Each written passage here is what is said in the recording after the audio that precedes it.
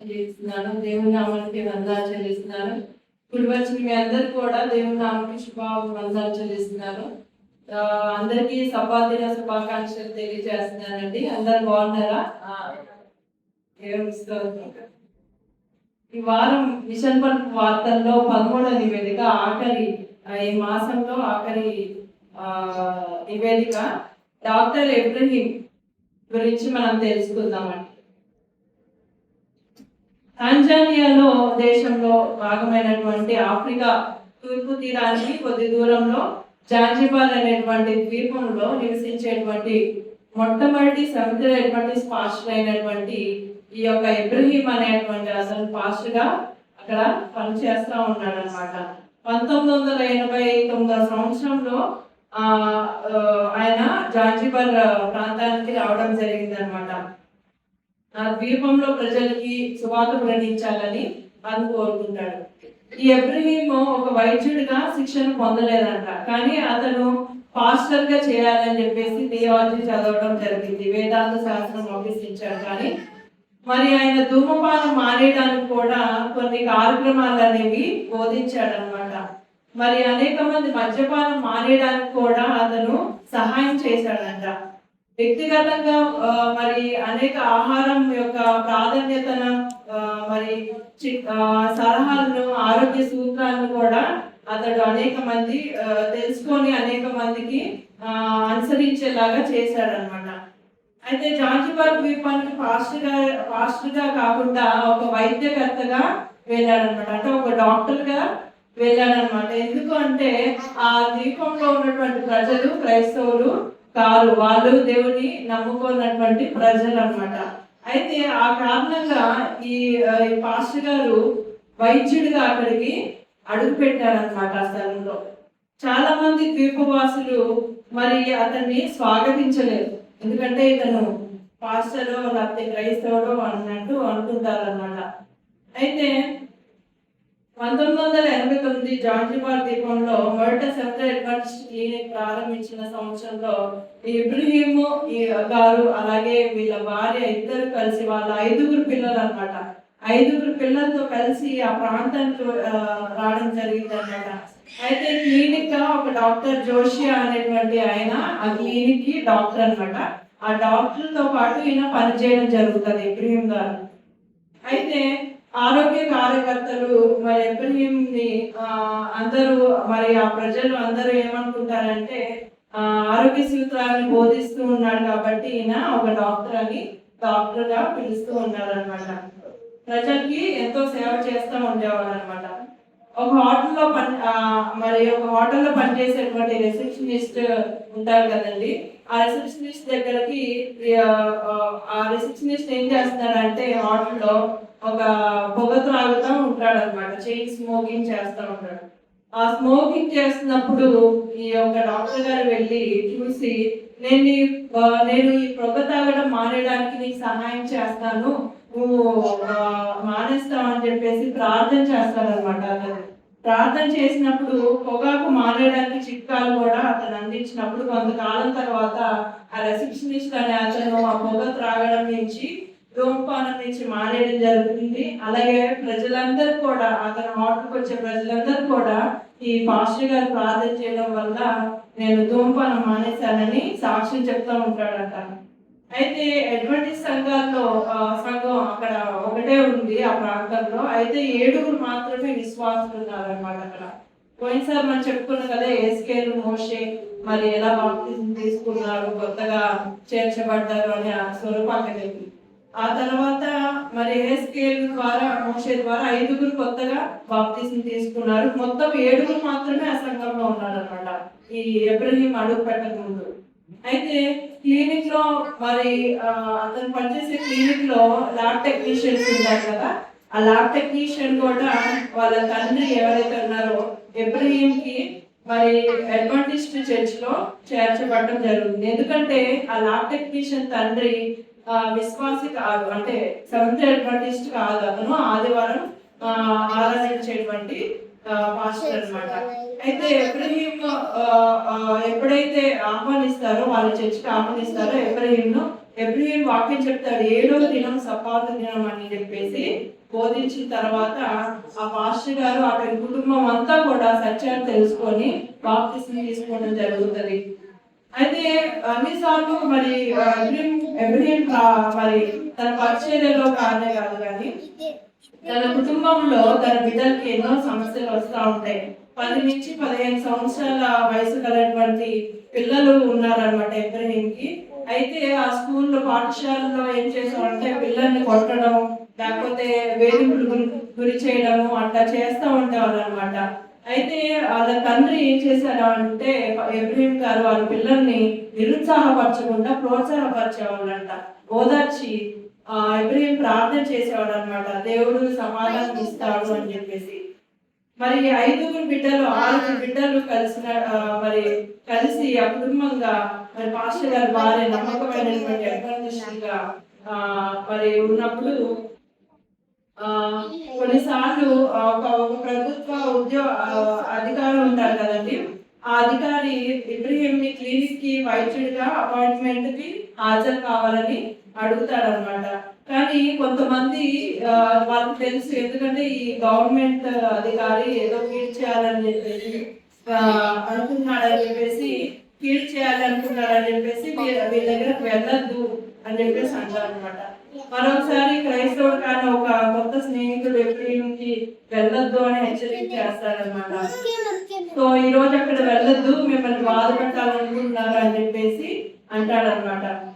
So కొంతమంది ద్వీపవాసులు అంత స్నేహపూర్వకంగా లేదు. మనము దేవుని సేవ చేస్తున్నప్పుడు అనేక ఆటంకాలు ఎదురవుతాయి, అవునా కదండి? అనేక ఆటంకాలు ఎదురైనప్పటికీ మరి రిటైర్డ్ సైనికుడు ఒకరు మరి ఇబ్రహీం గారిని ఏమంటాడంటే, ఇబ్రహీం గారితో మీరు ఈ ద్వీపానికి క్రైస్తవ మతాన్ని తీసుకోవడానికి వచ్చారా? మరి భూభాగానికి తిరిగి వెళ్ళిపోండి, మీరు ఇక్కడ ఉండడానికి వీల్లేదు, మిమ్మల్ని చూడదలుచుకోవట్లేదు అని చెప్పేసి చెప్తాడనమాట. మరొక ద్వీపవాసి అతన్ని బెదిరించి ఏమంటాడంటే, మీరు అక్కడ ఉంటే మిమ్మల్ని చంపేస్తాం అని చెప్పేసి బెదిరిస్తాడు. మీరు అక్కడ ఉంటే కనుక మిమ్మల్ని చంపేస్తాము అని చెప్పేసి ఇబ్రహీం గారిని హెచ్చరించిన కూడా ఇబ్రహీము ధైర్యాన్ని విడిచిపెట్టలేదు. అయితే ఏమంటాడంటే, మిమ్మల్ని చంపేవాళ్ళు నేరుగా పరలోకానికి మిమ్మల్ని చంపేవాడు ఎవరైనా ఉంటే అతను పరలోకానికి వెళ్తాడు, స్వర్గానికి వెళ్తాడు. ఎందుకంటే అతడు ద్వీపాన్ని పాడు చేయడానికి వచ్చాడు కాబట్టి, అతను మంచి పని చేశాడు కాబట్టి అని ఈ విధంగా సూటిపోటు మాటలతో ఇబ్రహీంని గాయపరుస్తూ ఉంటారు. అంటే అపవాది అంటే అనేకమైన ఆటంకాలు కలిగిస్తూ ఉంటారు దేవుని సేవ చేసే ప్రజలకి. అయితే అన్ని రకాల కుట్రల నుండి కూడా ఇబ్రహీం బయటపడిన తర్వాత అడ్వెంటిస్ట్ సంఘం నానాటికి అభివృద్ధి చెంది విస్తరించడం జరిగిందనమాట. కొంతకాలం చర్చి సభ్యులు కూడా ప్రతి సబ్బాతు దినాన మరి ఒక ఆట స్థలం, సాసర్ ప్లే గ్రౌండ్ ఉంటుంది కదండి, ఆట స్థలంలో ఆరాధన జరుపుకునే వాళ్ళు అనమాట, వీళ్ళకి భవనం లేక. అయితే సంఘం పెరగడంతో వీళ్ళు ఇబ్రహీం కొంతమంది చర్చి సభ్యులు కలిసి నాయకులతో మాట్లాడదాము, మనం స్థలము కావాలని చెప్పేసి అడిగినప్పుడు నాయకులతో మాట్లాడినప్పుడు మా క్లినిక్ అడ్వెంటిస్ట్ వైద్యులు ఉన్నారు, అడ్వెంటిస్ట్ వాళ్ళు వైద్యం చేస్తున్నారు, నర్సులు ఉన్నారు, డాక్టర్లు ఉన్నారు, మేము ఆరాధించుకోవడానికి సరైన స్థలం లేదు అని చెప్పేసి అన్నప్పుడు దయచేసి మేము ఆరాధించుకోవడానికి ఒక భూమి ఇవ్వండి, కొత్త భూమి ఇవ్వండి అని చెప్పేసి వీళ్ళ నాయకుల్ని అడిగినప్పుడు దేవుడి ద్వారా వీళ్ళకి సహాయం వస్తుంది అనమాట. అడ్వెంటిస్టులు చర్చి నిర్మించడానికి ఆ నాయకుడే ఇవ్వాలి, వీళ్ళకి చర్చి నిర్మించడానికి ఒక భూమి ఏర్పాటు చేయండి అని ఆదేశిస్తాడు అనమాట. వాళ్ళకి క్లినిక్ బాగా ప్రసిద్ధి చెందింది. ఆ తర్వాత విజయవంతంగా చికిత్స కూడా అనేక మందికి సులభంగా మరి అందడం జరుగుతుంది అనమాట. క్లినిక్ ఒక ఆశీర్వాదానికి ఆయన దేవునికి కృతజ్ఞతాస్తుతులు తెలిపారనమాట. అయితే ఇది 1995వ సంవత్సరంలో ప్రారంభించబడింది అనమాట ఈ క్లినిక్. అయితే ఇబ్రహీం 1995లో ప్రారంభించబడింది. అయితే మరుసటి సంవత్సరము ఇబ్రహీం తన పని ముగిసి తన ఒక ప్రధాన భూభాగానికి వెళ్ళాలని బయలుదేరినప్పుడు అతడు ఏడుగురే అని చెప్పాను కదండి. ఫస్ట్ లో 7 మాత్రమే విశ్వాసం ఉండేవాళ్ళు. ఇప్పుడు 120 మంది, ఆయన వెళ్లే ముందు 120 మంది అయ్యారంట.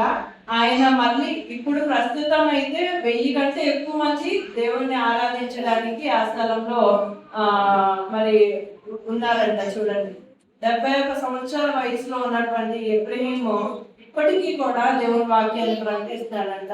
మళ్ళీ జైలు పరిచర్యలు కూడా అతను పాల్గొంటున్నాడంట.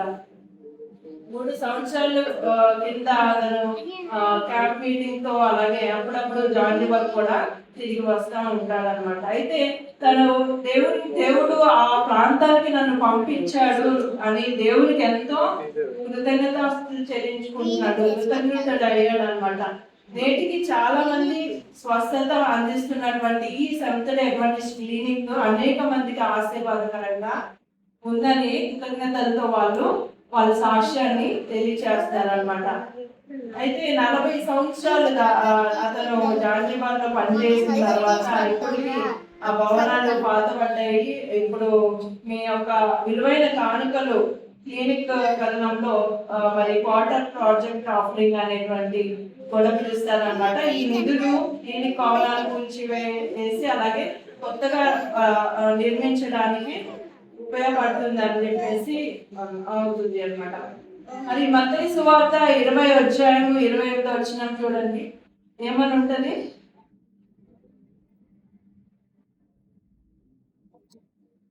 ఇబ్రహీం చేసినటువంటి పరిచర్య ఎంత మరి గొప్పదండి. అలాగే మనుష్య కుమారుడు పరిచారం చేయించుకోవడానికి రాలేదు గాని పరిచారం చేయుటకును అనేకులకు ప్రతిగా విమోచన ఖైదనముగా తన ప్రాణాన్ని ఇచ్చడానికి వచ్చారని చెప్పేసి దేవుని వాక్యం సెలవిస్తుంది. హల్లెలూయా. మనుష్య కుమారుడు అంటే దేవుడు మన కోసము పరిచారం చేయించుకోవడానికి రాలేదు. అనేక మంది దేవుళ్ళు ఉన్నారు కానీ వారి పరిచారం చేయించుకోవడానికే వచ్చారు. కానీ యేసుక్రీస్తు అనే ఒక దేవుడు మాత్రమే పరిచారం చేయడానికి వచ్చారు. హల్లెలూయా. ఎంతగా ఆయన తగ్గించుకున్నారు చూసారా. ఇబ్రహీము ఆ ప్రాంతంలో అవిశ్వాసులైనటువంటి వాళ్ళ మధ్య, త్రాగుబోతుల మధ్య, బంధకాల్లో చిక్కుకున్నటువంటి వాళ్ళ మధ్య ఇబ్రహీం ద్వారా దేవుడు ఎట్లయితే వెలుగుగా అనేక మందికి ఆశీర్వాదకరంగా అనేకుల హృదయాన్ని వెలిగించే వాళ్ళగా దేవుడు చేశారు. అది కదండి దేవుడు కోరుకునేది. అలాంటి పరిచర్యలే కదా మనము దేవుడు చేయాలని ఆశపడుతున్నాడు. కాబట్టి ఆ పరిచర్య ఇలాంటి సేవ దేవుడికి ఎంతో ఘనమైనది అని సెలవిస్తున్నారు. ఆయన ఏమన్నారు? మత్తయి సువార్తలో మొదట నా రాజ్యమును నీతిని వెదకండి, అప్పుడు అవన్నీ కూడా మీకు అనుగ్రహించబడతాయని దేవుడు చెప్పారు. ఆయన రాజ్యము నీతి అంటే ఏంటండి? ఆయన ప్రజలకి సేవ చేయడము, ఆయన రాజ్యాన్ని స్థాపించడము, ఆ దిక్కులేని వారికి ఆదరణ కలిగించడము. యెషయా గ్రంథంలో ఉంది కదా, 61:1 చదవండి.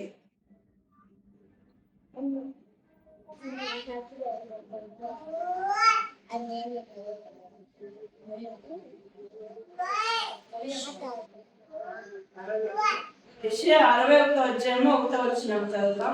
యెహోవా ఆత్మ నా మీదకి వచ్చి ఉన్నది. యెహోవా ఆత్మ నా మీదకి వచ్చి ఉన్నది. దీనులకు సువార్తమానం ప్రకటించుటకు యెహోవా నన్ను అభిషేకించును. నలిగిన హృదయం గల వారిని దృఢపరచుటకును, చెరలో ఉన్న వారికి విడుదలను, బంధింపబడిన వారికి విముక్తిని ప్రకటించుటకును యెహోవా హితవత్సరము మన దేవుని ప్రతిదండన దినమున ప్రకటించుటకును, దుఃఖాక్రాంతులందరినీ ఓదార్చుటకును, సియోనులోను దుఃఖించు వారికి ఉల్లాస వస్త్రము ధరింపచేయుటకును బూడిదకు ప్రతిగా భూదండము, భూదండను, దుఃఖమునకు ప్రతిగా ఆనంద తైలమును, భారభరితమైన ఆత్మకు ప్రతిగా స్తుతి వస్త్రమును వారికి ఇచ్చుటకు ఆయన నన్ను పంపి ఉన్నాడు. మీరు ఇక్కడ నన్ను ప్లేస్ లో మరి కేవలం యెషయాకి దేవుడు చెప్పలేదు. దేవుని వాగ్దానాలు అందరికీ వర్తిస్తాయండి. నన్ను ప్లేస్ లో మన పేరుని పెట్టుకోవాలి. నన్ను దేవుడు పంపి ఉన్నాడు కాబట్టి ఎలా దేవుడిని మనం చూస్తున్నాడు, కానీ మనం ఎలా చూసుకుంటున్నాం మన గురించి, మనం తక్కువగా చూసుకున్నాం. దేవుడి అనేక మంది ప్రజల్లో మనం ప్రత్యేకించబడాలని, వెలుగుగా నిలబెట్టాలని దేవుడు కోరుకుంటున్నాడు. కాబట్టి మరి దుఃఖించే వారికి ఉల్లాస వస్త్రములు ధరింప చేసావా? ఎంతసేపు మన వేదనలు, బాధలు, శోధనలు, మన అవసరాలు, అక్కలు ఇవేనా? ఇంకా దేవుని పని ఎప్పుడు చేస్తామండి? మనం దేవుని కోసం ఎప్పుడు నిలబడతాం? మనం దేవుని సేవ చేయడానికి మనం ముందున్నప్పుడు అప్పుడు ఆయన అంటున్నాడు, అప్పుడు అవన్నీ మీకు అనుగ్రహించబడును అని చెప్పేసి అంటున్నాడు. కాబట్టి ఈ యొక్క మిషన్ కొరకు వార్తల ద్వారా దేవుడు మన స్థితిని మార్చాలని, మనల్ని వెలిగించి ఇతరులకి వెలుగుకరంగా ఉండాలని ఆశిస్తూ ఈ మిషన్ కొరకు వార్తలు దేవుడు దీవించుగాక.